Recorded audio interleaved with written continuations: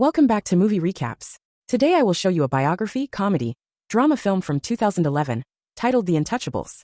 Spoilers ahead. Watch out and take care. One late night in Paris, Driss is driving his employer Philippe through the city. When waiting in traffic gets too boring, Driss breaks the speed limit and begins driving quite fast, dodging other cars and not caring about traffic signs. This causes the police to go after him, and Driss bets €100 that he can lose them. But after driving under a bridge, the cops catch up by ambushing them from both sides. Driss doesn't look too worried though, and this time, he bets €200 that he can get them an escort.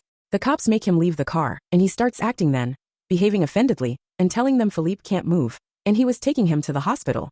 The officers find proof of this when they find the wheelchair in the truck, and when approaching Philippe, they see him convulsing, which is also an act.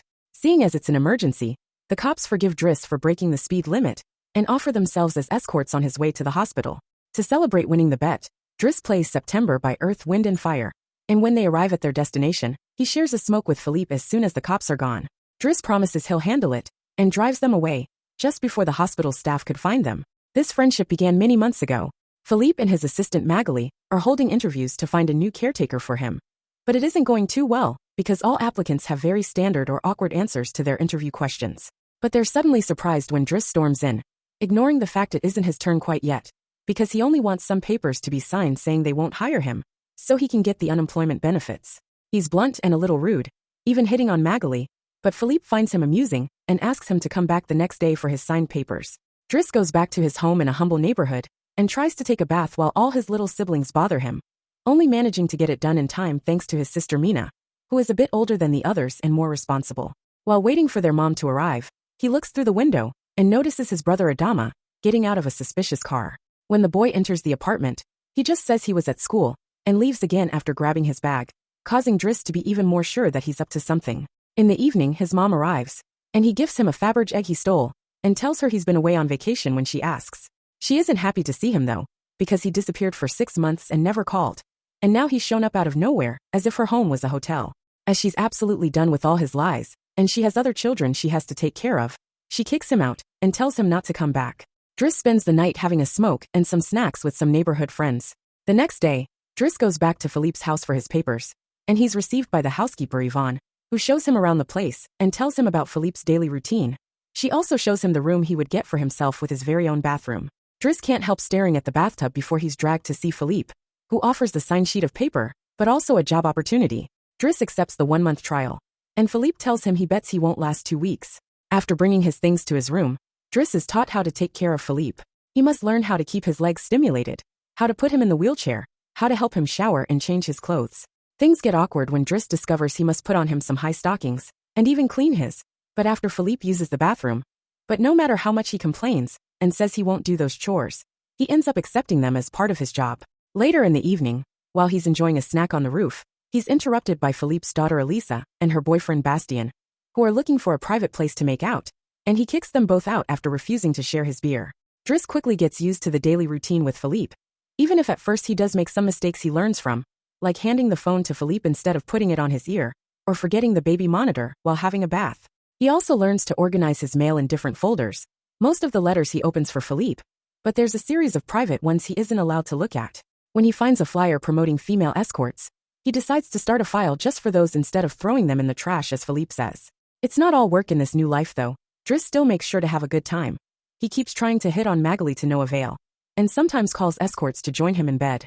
One morning, after Yvonne comes to his room to scold him for being late, she finds some dangerous weapons in his bag, but she doesn't comment on them yet.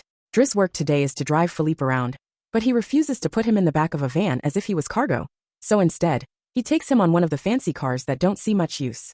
Philippe, who first thinks this isn't suitable, and says they should be pragmatic, is soon getting excited at the idea of a faster, less boring ride, although Yvonne still disapproves.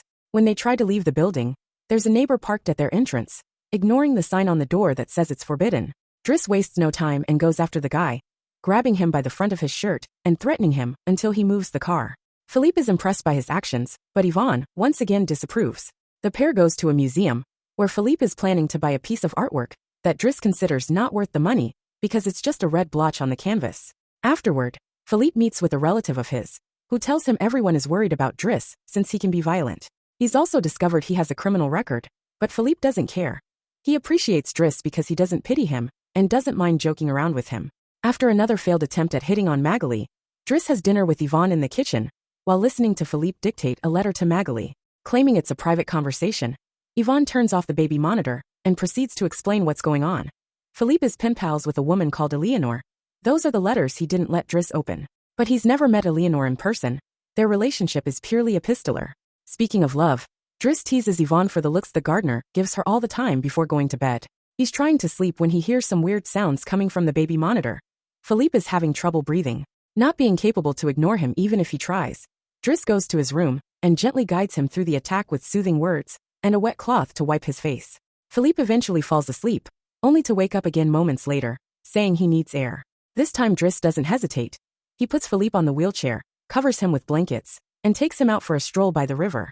This is the first time Philippe has seen Paris at night in a long time, and now he's more relaxed. He explains to Driss that the medicine can only do so much, and he sometimes experiences phantom pain. When they see some girls walking by, Philippe also confesses he isn't capable of pleasuring a woman because of his situation. But he still can enjoy some satisfaction when he gets his ears massaged, because they are sensitive zones. When the phantom pain threatens to appear again, Driss shares one of his joints with Philippe, who is skeptical at first but ends up loving it. Afterward, they go to a restaurant, where they joke around while sharing a meal, and Philippe decides to share more of his story. He met his wife when they were students, and shortly after they got married, she had 5 miscarriages and was diagnosed with an incurable, terminal illness. That's when they adopted Elisa. Philippe has always loved competitions, extreme sports, and speed, and a paraglider gave him that. It was during a paragliding session that bad weather caused him to crash and break his vertebrae, although he still thinks his real handicap isn't the chair, but living without his wife. After joking around some more, Philippe remembers the date and realizes Driss has passed his 1-month trial, so he's now officially hired. But he needs to start by bringing back the Faberge egg he stole, because it was a gift from his wife. She would give him one every year, and he has exactly 25, matching their time together. The next day, Driss goes to talk to Mina when she's leaving school, who is a bit offended because he hasn't been answering her messages, except to ask her to look for the egg.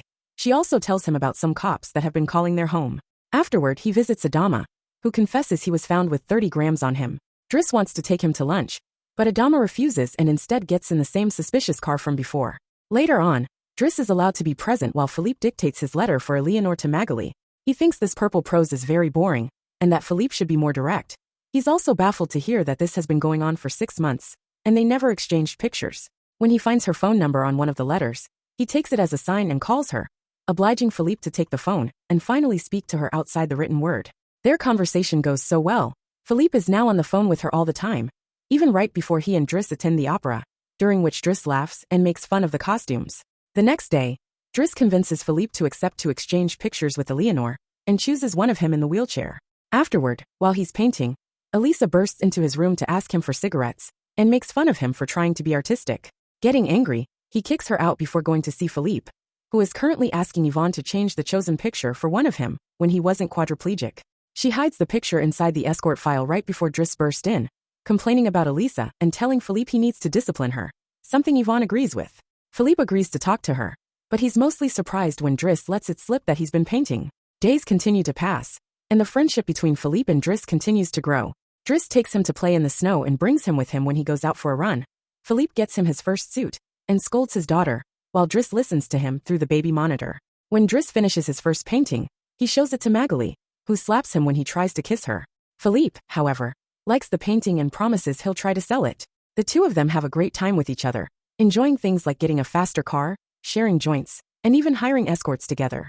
When Philippe's birthday comes, he isn't very excited about it.